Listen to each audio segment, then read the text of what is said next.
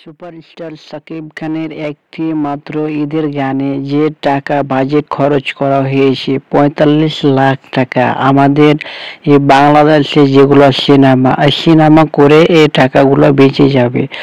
তো সুপারস্টার সাকিব খান বলেই কথা, আপনারা অবশ্যই জানেন যে তিনি এখন টপে আছেন। তো আমরা জানি যে এখনো এই ২০ বছরে তার রকম একটা সুপারস্টার এখনো জন্মিবে না। তো আপনারা জানেন যে এই রাজকুমার সিনেমাটি কিরকম একটা বিগ বাজেটের সিনেমা ও সুপার ডুপার হিট সিনেমা। আপনারা দেখতে পাচ্ছেন, তা স্টিল পিকচার দেখেই আপনারা বুঝে গিয়েছেন ও দর্শক ভাইরা বুঝে গিয়েছে যে কিরকম একটা লোক দিতে চলেছে ও হতে চলেছে।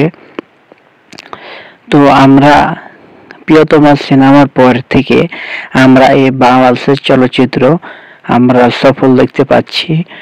তো আমাদের শাহরুখ খান, আমির খান, সালমান খান তাদেরকেও টেক্কা দিয়ে আমাদের বাংলাদেশের সুপারস্টার সাকিব খান তিনি আরো এগিয়ে যাবেন। তো দেখতে পাচ্ছেন সেই লোকটি ও তার এই পোশাকের বাজেট কত। তো আপনারা দেখতে পাচ্ছেন তারা তিন বন্ধু তারা একজা হয়ে রাজকুমার সিনেমার